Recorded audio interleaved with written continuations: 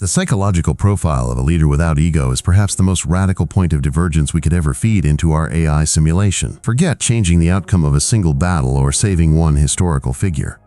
What if we altered the very source code of human ambition? We're so accustomed to history being a story of great men and occasionally women, driven by a relentless hunger for power, legacy, and recognition. Their egos are the engines of empires and the architects of wars. But what if that engine was simply gone? What would a leader look like if their every action was untainted by the need for personal validation? Our simulation suggests it wouldn't just be a different style of leadership, it would be a different state of being entirely. Let's step into the simulation. Our AI renders a scene not in a grand palace, but in a simple, circular room with open walls overlooking a valley. The leader is there, but they aren't at the head of a table. They're sitting in a circle with others, listening. Their expression is one of serene, focused attention. There's no hint of the subtle calculations we see in modern politicians. The slight nod to the camera, the rehearsed hand gesture, the carefully chosen power suit. This individual's presence is defined by its lightness, not its weight. When they speak, their voice is calm, measured, and devoid of rhetoric. They don't use I to claim credit or they to assign blame. The language is communal. We are facing a challenge. We can find a solution. The AI analysis of their biometrics shows no spike in cortisol when challenged, no dopamine rush when praised. Their sense of self isn't tied to the outcome of the debate. It's anchored in the integrity of the process. This is a leader who finds purpose not in being right, but in reaching the right conclusion, regardless of its origin. Imagine a historical figure, like Napoleon or Caesar, stripped of their insatiable desire for glory. Without that ego, would Caesar have crossed the Rubicon? Would Napoleon have crowned himself emperor? Our simulation argues a definitive no. The cascading consequences are staggering. An egoless leader doesn't build monuments to themselves. They invest in systems that outlast them. They don't see dissent as a personal attack, but as a valuable data point. The AI visualizes a debate where this leader's proposal is rigorously dismantled by a junior council member. There is no flicker of anger or humiliation. Instead, the leader leans forward, genuinely curious, and says, "That's a perspective I hadn't considered. Let's explore that further." How would your approach address the water distribution issue in the southern sector? The emotional energy in the room, which in our timeline would be thick with tension and fear of reprisal, is instead vibrant with collaborative energy. It's the ultimate intellectual curiosity in action, where the goal isn't to win the argument, but to build the best possible future together. This psychological shift is the foundational crack that breaks our timeline in two. It's not just about being humble. It's about a complete reorientation of motivation from self-service to system service. Their fulfillment comes from the flourishing of the community, the same way a gardener feels joy, not from being praised, but from seeing their garden thrive. This leader is not a charismatic commander who rallies troops through force of personality. They are more like a, quote, system steward, a facilitator whose primary skill is to draw out the collective wisdom of the group. But if a single individual is no longer the sun around which the government orbits, what does the solar system of governance even look like? If you remove the driving force of personal ambition, what replaces the power structures it inevitably creates? Collaborative systems instead of hierarchical ones are the natural, inevitable architecture that grows from the soil of egoless leadership. And if you're finding this thought experiment as fascinating as we are, a quick like on the video really helps our simulation explore even more of these alternate timelines. In our history, the pyramid is the default shape of power. From the pharaohs to the C-suite, we build hierarchies because they serve the ego. They provide a clear ladder to climb, a defined top to aspire to, and a simple chain of command that concentrates power and, therefore, glory. But when you remove the ego, the entire rationale for the pyramid collapses. What's the point of being at the top if you feel no desire to look down on others? Our AI simulation replaces the pyramid with something that looks more like a living organism, a mycelial network, or a neural map. Let's dive into a visualization. We're not in a single capital city. Instead, the AI renders a decentralized network of interconnected hubs or nodes that look more like university campuses or research institutes than government buildings. There's no monolithic White House or Parliament. Instead, governance happens everywhere, all at once. The simulation takes us inside one of these nodes. A group is discussing a complex logistical challenge, say, rerouting a vital trade corridor after a geological shift. There's no one at the head of the table because the table is circular. Information isn't being briefed up to a single decision maker. It's being shared across a dynamic, holographic interface at the center of the room. A water resource expert from one continent is patched in, their avatar appearing as real as anyone else present. A materials scientist from another hub contributes data in real time. The person who might be considered the leader here is acting more like an orchestra conductor, not giving orders but ensuring every instrument is heard at the right time, creating a symphony of collective intelligence. This is the butterfly effect of removing ego from governance, creating cascading consequences that completely redefine government. Bureaucracy as we know it withers and dies. The endless forms, the departmental silos, the "that's not my job" mentality. These are all symptoms of a hierarchical system designed to protect territory and diffuse blame. In this alternate timeline, the system is fluid. A person's role is defined by the problem at hand. 1 month, an individual might be the lead coordinator for an energy project because of their expertise in solar grid implementation. The next, they might be a supporting team member on a food distribution initiative, lending their logistical skills without any sense of demotion. Status isn't attached to a title, it's attached to contribution. The very air in these collaborative spaces feels different. You can almost smell the ozone of active minds at work, mixed with the scent of fresh air from the open-plan architecture. There's no undercurrent of fear, no sycophantic praise. The only currency is the quality of your idea and your willingness to help build upon the ideas of others. The profound shift is from a system of authority to a system of accountability. In our world, power flows down, and blame is often pushed down with it.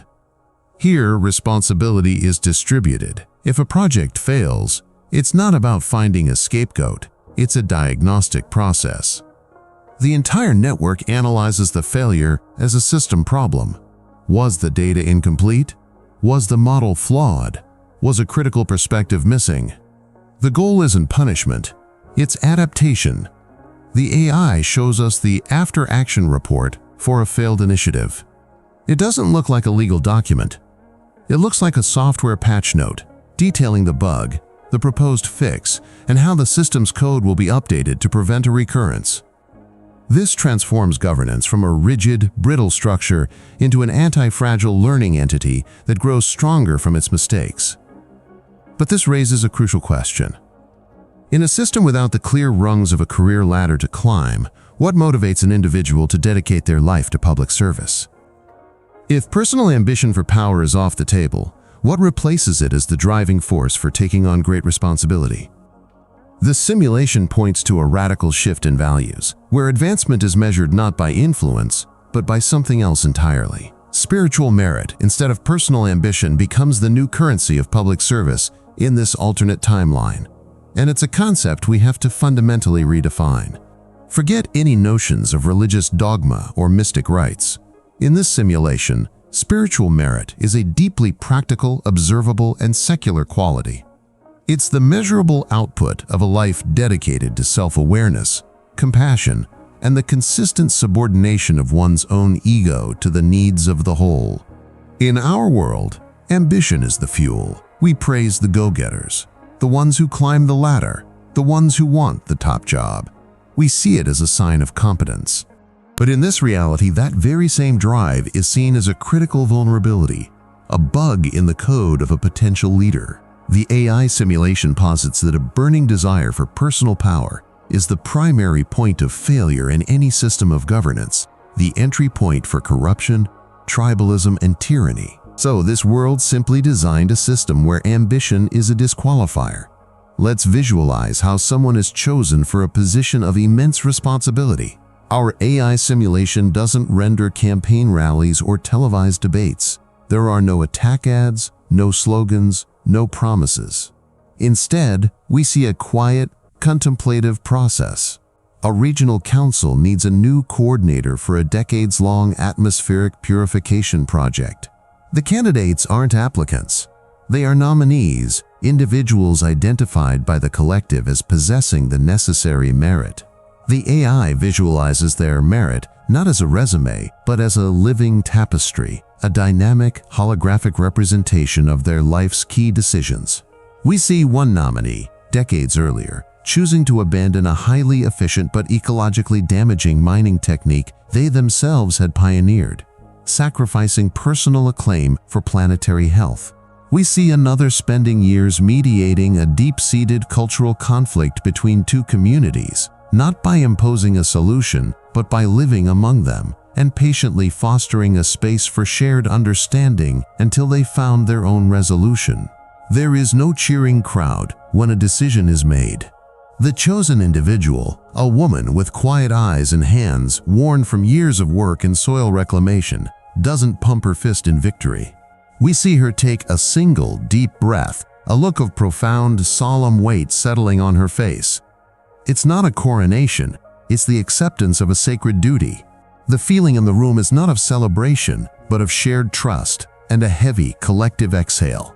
This single change creates cascading consequences that reshape the very DNA of society. The entire concept of a political career evaporates.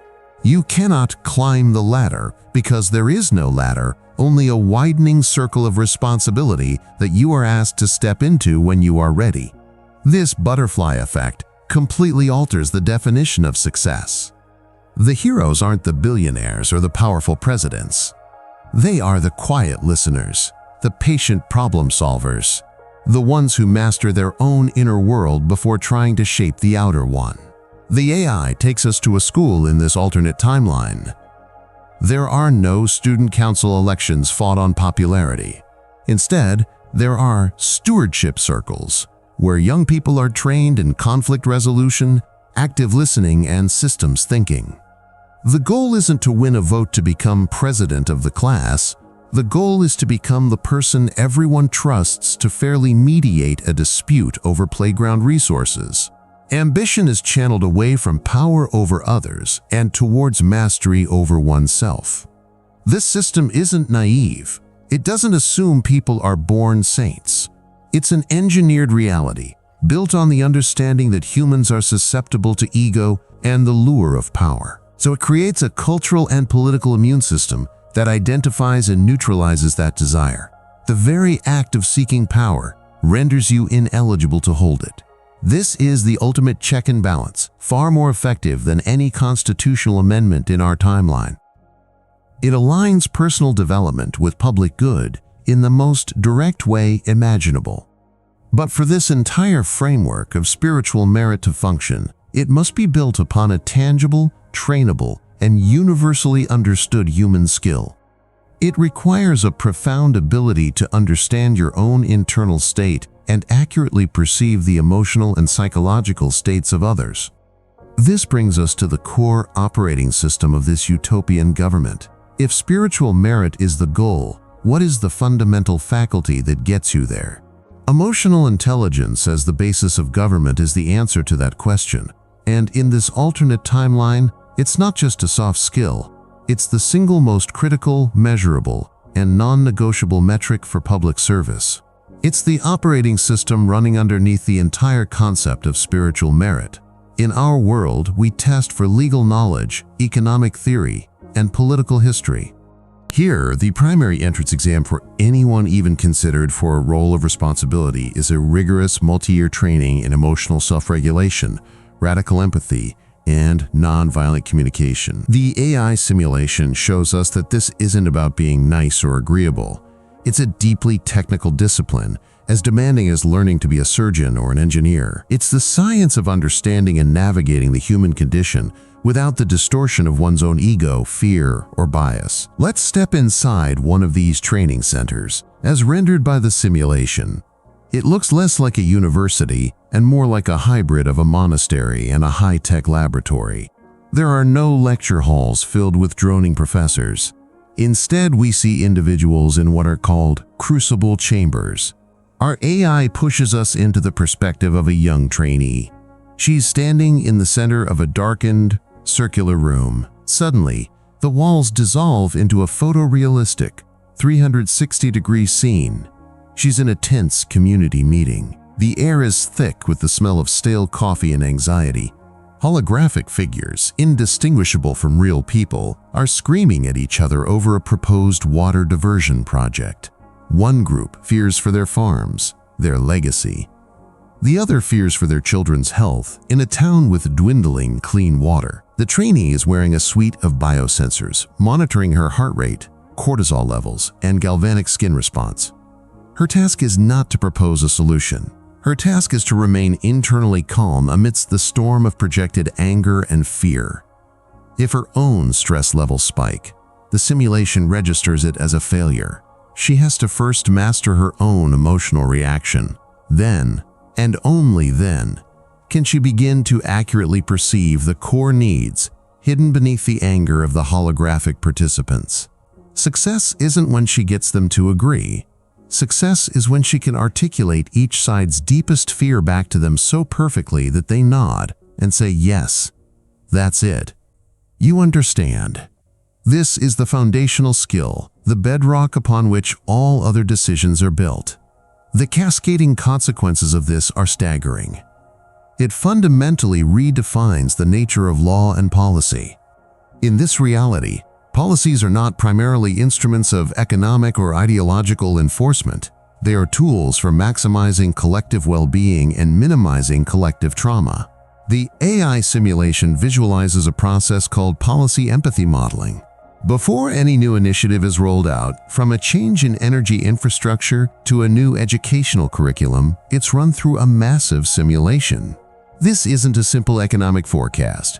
The AI models the likely emotional and psychological impact on every affected demographic. We see the data not as charts and graphs, but as a, quote, human experience map. The simulation allows policymakers to literally step into the shoes of a single mother who might be affected, a displaced worker, a child in the new school system. They feel a proxy of the anxiety, the hope, the confusion, or the relief. A policy that generates a high distress quotient in one segment of the population, even if it creates benefits elsewhere, is deemed a failure. It's sent back for redesign with the mandate, find the path of least harm. This butterfly effect transforms governance from a game of power and resources into a practice of collective caretaking. This stands in stark, almost painful contrast to our own timeline. We are accustomed to political discourse that weaponizes emotion. Anger, fear, and tribalism are the fuel of many political campaigns. A leader who can successfully provoke outrage is often seen as strong or effective. In this simulated world, such a person would be immediately disqualified. They would be viewed as profoundly incompetent, like a pilot who boasts about flying a plane by inducing turbulence. The ability to de-escalate, to find common ground, to soothe fear rather than stoke it, that is the mark of competence. Debates, as we see them, don't exist. They are replaced by consensus dialogues, where the goal is not to win an argument, but to integrate all valid perspectives into a more complete and holistic solution. But this raises a crucial question. This intense focus on individual emotional intelligence is powerful, but how does it scale from a handful of leaders to an entire society? How do you ensure that the empathy felt in a council chamber accurately reflects the lived reality of millions? For that, you need more than just skilled individuals. You need a new kind of social and political structure, a nervous system that connects these individual nodes of consciousness into a coherent, responsive whole. Community councils connected to the collective consciousness are the nervous system that answers the scaling problem. the very structure that allows the emotional intelligence of a few to serve the well-being of the many. In this alternate timeline, governance isn't a pyramid with power concentrated at the top. It's a decentralized, biological-looking network. Imagine a mycelial network, the intricate web of fungi beneath the forest floor, where each node is a local council, deeply rooted in its community but also in constant, instantaneous communication with the entire organism. These aren't positions you run for. There are no campaigns, no attack ads, no promises. Membership is an emergent property of trust and demonstrated competence in the emotional arts. You are invited to serve on a council because your community has, over years, witnessed your ability to listen, to de-escalate conflict, and to perceive the unspoken needs of those around you. It's a role more akin to being a trusted village elder or a wise healer than a politician. So how exactly are they connected? The AI simulation shows us it's not telepathy, but something far more practical and technologically grounded. It's a system the simulation labels the anima communitas, or the soul of the community.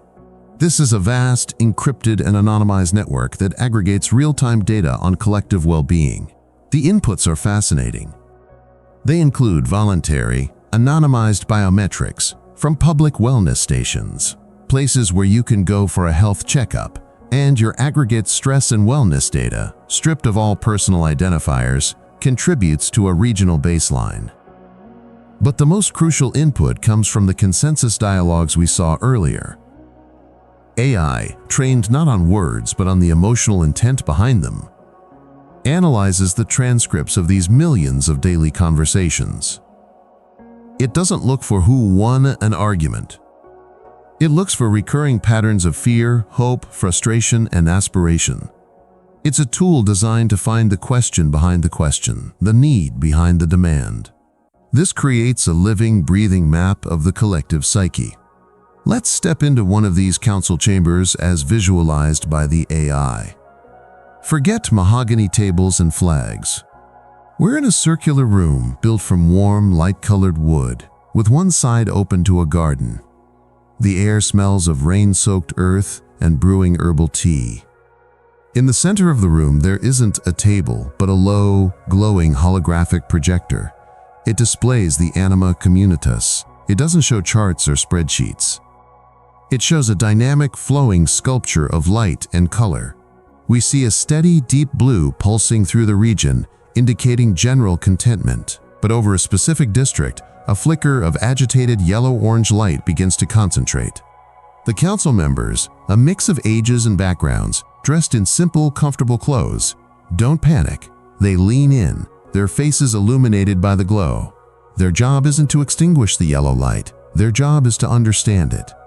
They query the system, cross-referencing the anomaly with recent dialogues. The AI highlights a cluster of conversations about a new automated logistics hub.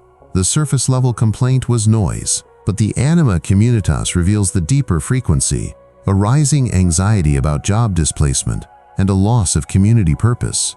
The council's task is now clear, not just to solve a noise problem, but to address a deep-seated fear of irrelevance. This system completely short-circuits so many of our own timeline's political pathologies. The very idea of lobbying, for instance, becomes a laughable absurdity. How could a corporation's financial interests possibly outweigh a data stream showing the rising anxiety of 50,000 people? You can't bribe a system that measures collective trauma. The concept of representation is also transformed. A council member doesn't represent their constituents in the sense of being their mouthpiece. They are trained interpreters of the collective's deepest needs, using a tool that makes those needs visible and undeniable. Governance becomes proactive, not reactive. They don't wait for protests to erupt in the streets. They see the emotional pressure building in the anima communitas weeks or months in advance and initiate dialogues to address the root cause. It's the difference between treating a disease and preventing it by monitoring the body's vital signs. But having this profound, empathetic understanding of the community's soul is one thing. How does this data, this feeling, translate into actual policy? What does the process of making a law look like? when the goal is not to impose will, but to heal a wound in the collective consciousness. For that, the entire mechanism of decision-making has to be rebuilt from the ground up. Decisions guided by empathy and transparency are not just a noble ideal in this alternate timeline. They are the functional, mechanical core of its entire political process. So how does a council, armed with the emotional data from the anima communitas, actually forge policy? The answer our AI simulation provides is fascinating because it replaces the entire concept of voting with a process it calls solution synthesis. It's a complete paradigm shift. In our world, decision-making is often a zero-sum game, a battle of wills where one side wins and the other loses. Here, a problem like the anxiety over the new logistics hub isn't a political football, it's a shared diagnosis. The goal isn't to find a compromise where everyone is a little unhappy, but to synthesize a novel solution that addresses the underlying emotional need. Let's watch this process unfold in the simulation. The council, having understood the root fear is irrelevance, not noise, opens a public synthesis dialogue. This isn't a town hall where people yell into a microphone. It's a moderated, collaborative platform where citizens, experts, and the council members themselves propose solutions. The AI's role here is crucial, but it's not an overlord. It acts as a consequence modeler. As a proposal is suggested, say, implement a universal basic income, the council can ask the AI to simulate its likely impact on the anima communitas. The holographic map in the center of the room shifts. I might project a significant decrease in anxiety. The yellow light dims, but also a slight increase in a new color, a muted gray, which the system identifies as a potential dip in collective purpose or motivation. It's not a judgment, it's just data. Another citizen proposes, let's mandate that the logistics company retrains all displaced workers. The simulation runs, and the hologram shows a different picture. The yellow anxiety lessens, but a new flicker of frustrated red appears in a different demographic. Younger people who see the mandatory program as restrictive. This is where the magic happens. The process is fully transparent. Everyone watching remotely sees these emotional forecasts. It's not about which idea wins, but which idea creates the most holistic and positive emotional outcome for the entire community. After several iterations, a local artisan proposes a hybrid idea. What if the new hub is legally required to co-fund a purpose center on site? Not just for job retraining, but a place for mentorship, learning complex crafts, and community-led engineering projects, activities that celebrate human ingenuity. The council feeds this into the simulation. The hologram transforms. The agitated yellow of anxiety doesn't just fade. It's replaced by a soft, vibrant green glow, a color the anima communitas correlates with creativity and connection. The simulation shows this solution doesn't just solve the initial problem, it actively generates a new source of well-being. There's no vote. The solution is simply self-evident. The consensus is not forced. It emerges from a shared, transparent understanding of the emotional landscape. This fundamentally dismantles our concept of political will. In our timeline, a leader imposes their will on a populace, hopefully for their benefit. Here, leadership is the art of revealing the collective will to itself. The transparency is absolute. There are no secret negotiations, no lobbyists whispering in a politician's ear, because any proposed solution would be immediately tested against the visible well-being of the whole. You can't argue with a live map of your community's soul. But when a society becomes this adept at resolving conflict before it festers, when it can diagnose and heal its own social and emotional wounds with such precision, it triggers a profound cascading consequence. What happens to the institutions we built to manage the fallout of unresolved conflict? What becomes of the very tools designed to contain, punish, and control? This leads us to one of the most radical divergences in our simulation. The absence of weapons, prisons, and political parties isn't a utopian dream in this alternate timeline. It's a logical, mechanical outcome of a society that has mastered proactive conflict resolution. When you can diagnose and treat the emotional fevers of a community before they become a societal infection, the institutions we built to quarantine the sick and punish the symptomatic simply become obsolete. They are the architectural fossils of a more primitive age, like castles in a world without cannons. Our AI simulation shows us a world that didn't just choose to get rid of these things, it evolved beyond the need for them. Let's start with political parties. In our world, they are a fundamental, if often frustrating, part of the process. They are coalitions of interest, ideological tribes battling for control of the narrative and the levers of power. But in a system based on solution synthesis, a political party is not just unnecessary, it's a functional impediment. It's like trying to solve a complex math problem by splitting into two teams, where each team insists its answer is the only right one, regardless of the data. The simulation visualizes this beautifully. We see a history museum in this alternate 21st century. One exhibit is a holographic recreation of a 2024 presidential debate from our timeline. The audience, composed of citizens of this alternate world, watches with a kind of fascinated confusion. To them, the shouting, the personal attacks, the strategic evasion of questions, it looks less like governance and more like a bizarre, ritualized form of public self-harm. For them, the goal isn't for one side to win. It's for the collective to arrive at the most holistically beneficial truth. A political party, by its very nature, is designed to obscure that truth in favor of its own. This naturally leads us to the more visceral institutions, prisons and weapons. What happens when someone commits a violent act, an act that fundamentally ruptures the social fabric? The answer our simulation provides is one of the most profound points of divergence. There is no punishment, only treatment. There are no prisons, only reintegration sanctuaries. The AI generates a fly-through of one. Forget concrete walls and steel bars. Picture a structure of bioluminescent wood and smart glass, nestled in a secluded forest. The air smells of soil and ozone, not disinfectant and despair. Individuals who have committed harmful acts are not inmates. They are patients, undergoing a deep, mandatory form of psychological and empathic therapy. Using a personalized interface with the anima communitas, therapists help the individual unpack the cascade of trauma, chemical imbalance, or psychological distortion that led to their action. The goal isn't retribution, a concept they see as adding a second wound to the first, but restoration, to heal the individual's broken connection to the collective consciousness. It's the difference between amputating a diseased limb, which is our model of incarceration, and their model, a form of targeted gene therapy to cure the disease at its source. Of course, this proactive healing model drastically reduces violent crime, but what about defense? Internally, the concept of a heavily armed police force vanishes.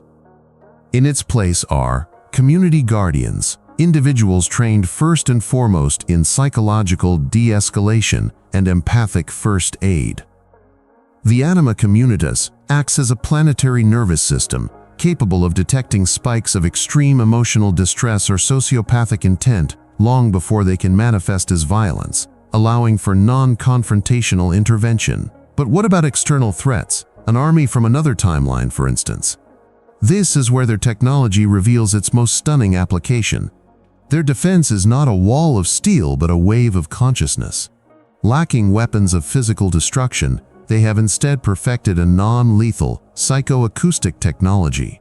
They can project targeted empathic fields that can overwhelm an invading force not with pain, but with a sudden, crushing understanding of the fear and suffering they are causing. Imagine soldiers suddenly unable to pull a trigger because they are viscerally experiencing the terror of the person in their sights. It's a defense system that doesn't kill the aggressor but neutralizes the aggression itself. These three pillars of our modern state, partisan politics, punitive justice, and military might, are all built on a single shaky foundation: the assumption that human conflict is inevitable and must be managed through force, division, and control. By replacing that foundation with one of transparent, empathetic problem-solving, the entire structure built upon it simply becomes irrelevant. It's a cascading consequence of that initial point of divergence, a world that solved for empathy first. But this raises the most important question of all. When a child is born into a world without political enemies to hate, without the threat of cages, and without the glorification of violence, what kind of adult do they become? How does the very nature of humanity itself begin to shift? That's what we need to explore next. How humanity would mature under such a system is perhaps the most profound and, in a way, unsettling revelation of this entire simulation. When the psychological scaffolding of a society is built not on competition and scarcity but on connection and security, the very definition of a successful human being undergoes a radical transformation. The AI paints a picture of a species that has collectively outgrown its adolescence. The constant, low-grade anxiety that hums beneath the surface of our own lives, the fear of failure, of judgment, of scarcity, of violence, is simply absent in their baseline consciousness. It's like the difference between a person who has always known they are safe and loved and one who has had to fight for every scrap of security. The former's energy isn't spent on defense mechanisms. It's free to be used for creation, exploration, and connection. Our simulation visualizes this maturity in the quiet moments of their daily lives. We see a public square, not filled with the hurried, isolated individuals of our own cities, but with a gentle, flowing energy. People make eye contact. They smile. When a disagreement arises, perhaps two engineers debating a design for a new atmospheric water harvester, it doesn't devolve into a battle of egos. There's no raised voices, no defensive posturing. Instead, we witness a patient, almost beautiful, deconstruction of the problem. They listen with an intensity that is rare in our world, each genuinely trying to see the problem from the other's perspective. This isn't a learned technique, it's a cultural reflex. This emotional literacy, this mastery of the self, is the primary education. Children are taught to navigate their own inner worlds with the same rigor we teach mathematics. As a result, concepts like jealousy, possessiveness, or status-driven ambition are viewed as we might view a child's tantrum, a sign of a temporary, understandable imbalance that needs compassion and guidance, not judgment or punishment. Their art isn't driven by angst and conflict, but by an exploration of the infinite complexities of consciousness, the beauty of mathematical patterns in nature, and the shared joy of existence. It's a culture that has traded irony for awe. This collective maturity has a cascading consequence that redefines the very purpose of a civilization. All the immense intellectual, emotional, and material resources that our timeline pours into managing conflict, military budgets, the prison industrial complex, political campaigns, a trillion-dollar advertising industry designed to create artificial needs, are, in this alternate timeline, liberated. What do you do with that surplus? The simulation shows us a world that has turned its gaze both inward and outward with breathtaking ambition. They are not just a sustainable civilization, they are a restorative one. We see vast, planetary-scale projects that have not just halted climate change but reversed it, creating a symbiotic relationship between technology and biology that makes our greenest cities look like industrial wastelands. Their space program isn't a race fueled by national pride. It's a quiet, collective human endeavor to understand the universe. We see them exploring the oceans of Europa, not by planting a flag, but by deploying fleets of sentient, biological probes that experience and share the wonder of that alien sea with everyone back home through the Chanima Communitas. They have matured beyond the need to conquer nature or each other. Their grand challenge is to understand and integrate with everything. And so, our journey into this particular alternate timeline comes to a close. We have witnessed a world born from a single point of divergence, a system of governance where empathy and transparency were made the foundational code. It's a world without the scars that define so much of our own history and our own psychology. But the purpose of this thought experiment isn't to present a fantasy. It's to hold up a mirror. The anima communitas may be a fiction of our simulation, but the principles it represents, the radical pursuit of understanding, the commitment to collective well-being over individual gain, the courage to heal rather than punish, are very real possibilities.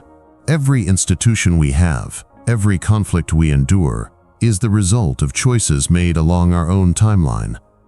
This simulation reminds us that those choices were never inevitable. The world we live in is just one branch on an infinite tree of possibilities, a story we are still writing. Which detail or consequence of this alternate history did you find most impactful? Share your thoughts in the comments. And if you want to continue challenging the story we think we know, subscribe to How Would It Be by AI and ring the notification bell. Together, we'll keep exploring the pasts that never were to better understand the present that is.